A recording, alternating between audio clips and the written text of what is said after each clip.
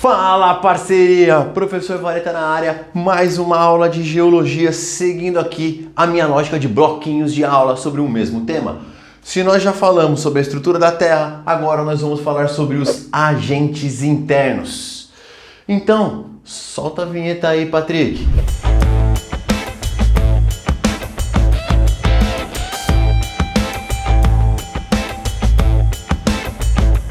Vamos lá, meu querido. Estamos aqui, firmes e fortes, fazendo conteúdo para vocês, mas eu preciso da sua ajuda. Preciso de verdade que você se inscreva nesse canal, compartilhe esse vídeo e deixa seu curtir. Quanto mais você curte, mais meu vídeo aparece para as outras pessoas. E, mano, ajuda eu chegar aí na minha monetização. Tá faltando só um pouquinho, nunca te pedi nada, não custa nada. E ó, lembrando, toda aula que eu faço, no dia que esse vídeo vai para o YouTube, o que acontece? No meu canal no Telegram, que tem link na descrição, eu boto lá uma mini lista com 3 exercícios. Você assiste a aula e logo depois trabalha os exercícios com gabarito comentado. Aqui é serviço completo, parceiro. Chega de enrolar e vamos falar dos agentes internos. Olha o nome, agente interno. Se ligou? É tudo que acontece do interior da Terra e vai modificar a crosta terrestre, que vai modificar a superfície. Esses agentes internos podem ser chamados também de endógenos, olha o nome, endo de dentro, você é o ser humano com endoesqueleto, ou como agentes formadores do relevo. Olha isso, os agentes internos formam o relevo, os agentes externos modelam o relevo. Os agentes internos criam as montanhas, os externos, a erosão, modela. Então já guarda essa aí. Temos 4 agentes internos para falar. Orogênese e epirogênese pode aparecer dentro de um grupo único chamado tectonismos. Eu já separo aqui para facilitar. Vamos falar de orogênese. Oro, de quando eu estudava grego, ouro significa montanha. Ouro significa montanha. Quando você fala do tipo de chuva, aquela chuva que bate na montanha, que bate no morro, é chuva orográfica. Por isso, é um movimento brusco, bruto, que formam montanhas. Todas as cadeias montanhosas que você conhece atualmente, montanhas rochosas no América do Norte, Cordilheira dos Andes, Himalaia, o Atlas na África, os Alpes na Europa, todos se formaram por orogênese. Como que se dá essa orogênese? Simples, temos aqui o encontro de placas convergentes, certo? Sempre placas convergentes, que vão se chocar. E ao se chocar, elas vão se soerguer e levantando a crosta terrestre, deformando essa crosta, formando as montanhas. Olha aqui para ficar bem completo. Pode acontecer das duas baterem e as duas levantarem, ou pode acontecer delas baterem e uma encavalar embaixo da outra. Levanta, forma a montanha, mas ocorre uma entrando embaixo da outra. A gente chama isso de subducção. Vários vulcões são assim. Então elas podem bater e as duas levantar, placas de mesma densidade, 2 placas continentais, e pode bater e uma afundar e outra subir, quando tem placas de densidades diferentes, normalmente uma placa continental com uma placa oceânica. Certo? Quando aconteceu, isso é importante. Eu falo para a galera não ficar decorando era geológica, você tem muita coisa para memorizar. Porém, alguns momentos geológicos são importantes para a gente. E são poucos momentos. Se você lembrar deles, você não precisa pegar aquela tabela inteira de era geológica para saber. E esse é um momento. Vou até grifar aqui porque, cara, você tem que lembrar desse. Que é a Era Cenozoica. A Era Cenozoica é a era mais recente. É a era que acontece há pouquíssimo tempo. No período terciário. Certo? Tem o terciário e tem o quaternário, que é mais recente ainda. Isso daqui, ó, pode botar aí uns 60, 65 milhões de anos atrás. Todas as cadeias montanhosas que a gente tem hoje, elas se formaram por orogênese nesse período. Nós chamamos isso, nas estruturas geológicas, de dobramentos modernos. Por que eu gosto que você marque esse nome? Eu já vi questões falarem assim, ó, os dobramentos cenozoicos. Opa! Orogênese, dobramento, são cadeias montanhosas que aconteceram na era cenozoica. Ou dobramentos terciários. Porque aconteceu no período terciário. Então esse é um momento geológico que você tem que guardar. Era Cenozoica, período terciário, formação de montanhas, formação dos dobramentos modernos. Quando eu fizer uma aula sobre as estruturas geológicas, vamos falar do que é dobramentos modernos, do que é bacias sedimentares e do que é maciços antigos ou escudos cristalinos. Então, se chocou e formou montanha, a orogênese, bem marcadinho quando aconteceu. Existe também a epirogênese. Olha esse nome que bonito, epirogênese. É um movimento constante da crosta que vai provocar vários tipos de falhamentos. Varita, como assim falhamentos? Imagina que as placas estão se empurrando e quando eu falo de orogênese, ela aconteceu no encontro das placas. Mas aqui tem tensão acontecendo o tempo todo. O falhamento ele vai acontecer aqui, ó, no interior da placa, ia falar praca já.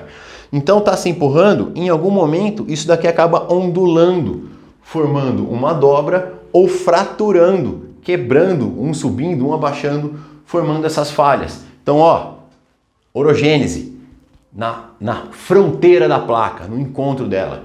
Epirogênese no interior da placa, certo? Você pode falar que a própria Serra do Mar aqui é um processo de dobras. Pela essa pressão que tinha interna da Terra, acabou fazendo essa epirogênese.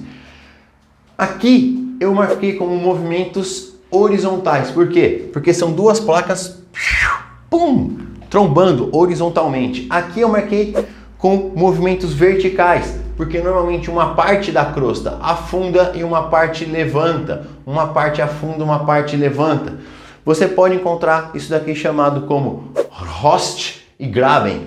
Eu vou passar, Patricão, eu te passo os nomes como é que escreve.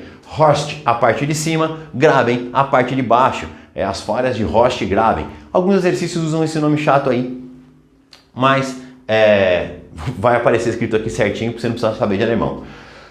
E por isso a gente chama de movimentos verticais. Tranquilo? Olha lá, acontece o tempo todo, bem marcado nas eras geológicas quando acontece. Horizontal, vertical, borda da placa, interior da placa, grandes montanhas. Aqui são falhas, são morros, são serras, não vai ter a mesma altitude que os dobramentos modernos. Fechado? Vamos para o outro lado da lousa. Ualá! Abalo sísmico, famoso terremoto. Mano, eu tenho um amigo meu que trabalhou no Japão e falou, cara, o primeiro que você pega dá muito medo, mesmo que seja pequeno, que acontecem muitos pequenos terremotos. Mas o que é um terremoto? Cara, é uma liberação de força que gera um tremor de terra, então energia mecânica, por atrito. Sabe? Atrito gera energia. Cara, você passa a sua mão aqui assim, ó, esquenta, o atrito gerou energia térmica. Quando você tem um atrito entre as placas, elas estão se raspando, estão se tensionando. Nessa reacomodação que acontece, a Terra treme. Algumas vezes de forma imperceptível e algumas vezes de forma devastadora. Cara, eu tô gravando isso daqui hoje é dia 21 de março, estamos num equinócio.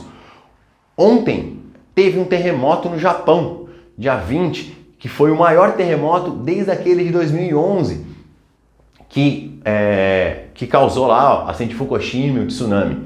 Então, Japão, uma área com muito terremoto. Vamos lá. O atrito entre as placas gera o tremor. Para ter atrito, ele vai acontecer sempre na borda das placas, principalmente em placas convergentes, certo? Em placas que estão se empurrando. E ele é medido pela escala Richter. Essa escala Richter, ela mede magnitude, não intensidade. As pessoas usam o termo intensidade para falar de danos causados pelo terremoto. Magnitude é força, certo?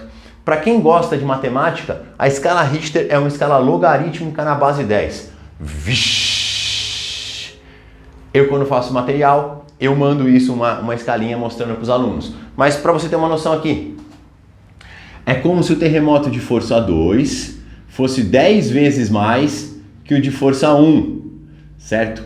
O de força 3, ele é 10 vezes mais que o de força 2. Cada vez que você sobe um grau, você potencializa em 10 vezes a força desse terremoto. Por isso que os terremotos de força 5 causam um estrago pequeno para médio e os de força, sei lá, 6 já dão um rebento. Então, é muito forte. O terremoto que causou o tsunami em 2011 no Japão, ele foi de 8.7, 8.9, alguma coisa assim. Muito, muito forte. Então, magnitude do média intensidade. A magnitude é medida sempre num ponto chamado epicentro. Mas quando você pensar em terremoto, eu quero que você saiba 2 pontos. Primeiro é o hipocentro. Hipo é dentro da crosta. É lá embaixo onde as placas estão se chocando. O choque não acontece na superfície, ele acontece lá embaixo na crosta. E lá onde ele se choca, libera energia. O ponto exatamente em cima, você vai ter o epicentro, que é onde você começa a propagação de ondas na superfície e aí causando um estrago. Quanto mais raso o hipocentro, mais forte é o terremoto. Quanto mais perto você está do epicentro, mais forte você vai pegar. Então, hipocentro embaixo, epicentro na superfície. É no epicentro que você mede a magnitude. Uma coisa que cai em algumas provas é você fazer uma relação de magnitude com dano. E a relação da magnitude com dano não é uma relação direta. Por quê? Países com uma melhor infraestrutura, caso de Japão, a costa oeste dos Estados Unidos, o próprio Chile, eles têm uma infraestrutura, inclusive da questão de construção civil, muito mais preparada para esse tipo de coisa. Então, um terremoto no Irã, um terremoto no Haiti, com uma magnitude menor, causa mais danos do que um terremoto de magnitude maior nesses países mais desenvolvidos. Então, isso aqui já apareceu em várias questões. Imagina que você teve 2 terremotos no mesmo ano. Isso aconteceu em 2010, que teve um no Chile e um no Haiti. Só que o do Chile teve uma magnitude maior, só que o do Haiti causou muito mais número de mortes e destruição. E aí eles pediam para você relacionar isso. Então, a hora que você relacionava, você tinha que explicar que o Chile teve um menor número de mortes e um menor número de danos materiais, justamente por ter uma melhor infraestrutura para enfrentar esse tipo de problema. Anotou essa? Isso aí cai em prova. Já tivemos um terremoto em 2021 forte no Japão. Pode aparecer um desse aí agora no Irã, que não aconteça para não matar ninguém, mas pode acontecer e aí você pode surgir de novo um repeteco dessa questão. Para fechar, vulcanismo, o mais espetacular dos eventos. Cara, quando a gente pensa em vulcanismo, você já vê logo aqueles filmes, tipo Vulcano à Fúria, o Inferno de Dante, aqueles vulcões entrando em erupção, aquela doideira toda. Mas uma erupção vulcânica é a liberação de material do interior da Terra para a superfície. E esse material pode ser em forma de gás, de cinza ou de lava, certo? A lava é o espetacular, mas cara, tem muitos vulcões que só estão emitindo gases. O gás que ele emite é muito dióxido de enxofre, aquele que tem cheiro de ovo podre. Então olha aí você e o vulcão. Você e o vulcão emitem gases fedidos, causado pela pressão interna. A sua pela feijoada, o vulcão pelo calor da Terra. Lembra das aulas anteriores? O núcleo emana calor, esse calor esquenta o manto, aumenta a panela de pressão, galera. Aumentando o calor, aumenta a agitação das moléculas, aumenta a pressão interna. E quem vai ser a válvula de pressão da Terra? Vai ser o vulcão. Ele vai caminhar por uma câmara magmática, vai estourar uma parte de rochas que tem ali e vai entrar em erupção. Tem relatos de erupções com mais de 150 metros o jato de lava para cima da boca do vulcão. Mas, de novo, ele pode estar emitindo gás, lava ou cinza. Cara, a cinza tem uma história legal do vulcão Pinatubo. Ele jogou tanta cinza, acho que foi no final dos anos 90, na atmosfera, milhares de toneladas de cinza, que atrapalhou os caras que estudavam o aquecimento global. Olha a quantidade de cinza que esse vulcão consegue jogar. E a questão de lava mesmo. Eu odeio quando alguém fala larva do vulcão. Pô, parece que é um bichinho, né? Como eu já disse, ele ocorre para aliviar a pressão interna da Terra e acontece principalmente no encontro entre placas, porque no encontro entre placas há a possibilidade desse vazamento de magma, da formação de uma câmara magmática e do vulcanismo acontecer. No planeta, aonde mais acontece é numa região chamada de Círculo de Fogo do Pacífico. Patrick, põe o mapa aí, ó. Essa região, chamada de Círculo de Fogo do Pacífico, é a região com maior a atividade sísmica do planeta, inclusive com a maior quantidade de vulcões. Para fechar essa aula, deixando o seu curtir, me seguindo no Instagram, prof.vareta, algumas historinhas de vulcão. Tem lá o vulcão Vesúvio, que ficou muito famoso por ter destruído a cidade de Pompeia. Teve até um filme, dizem que o filme é horrível, mas quem quiser assistir, o azar é seu. Que é na Itália e é um vulcão ativo até hoje. E o vulcão mais ativo do mundo ele chama Kilauea. Ele fica lá no Havaí.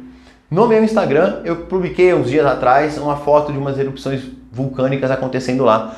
Na questão do Havaí, acontece que o Havaí é uma ilha, então você tem como se fosse um canal magmático saindo não necessariamente por cima, mas também pelo lado. Então a ilha do Havaí está crescendo, porque está vazando rocha derretida, que é a lava, e solidificando. Então a plataforma do Havaí está crescendo. Então você tem algumas áreas do Havaí aumentando, com pedaços da crosta ainda muito finos, justamente por esse processo constante de vulcanismo. É como se fosse assim, ó. Você tem aqui, em vez de ele estar saindo só por aqui, a lava, deixa eu fazer aqui, pelo vulcão, ela sai pelo lado também e vai atingir o oceano. Você acha várias imagens assim do Havaí, é muito legal. Certo? Se você curtiu esse vídeo, deixa seu curtir, compartilha, dá uma força pro canal. Acesse o livro Hackeando Aprovação e vem comigo, bora pra facul. UFSCar.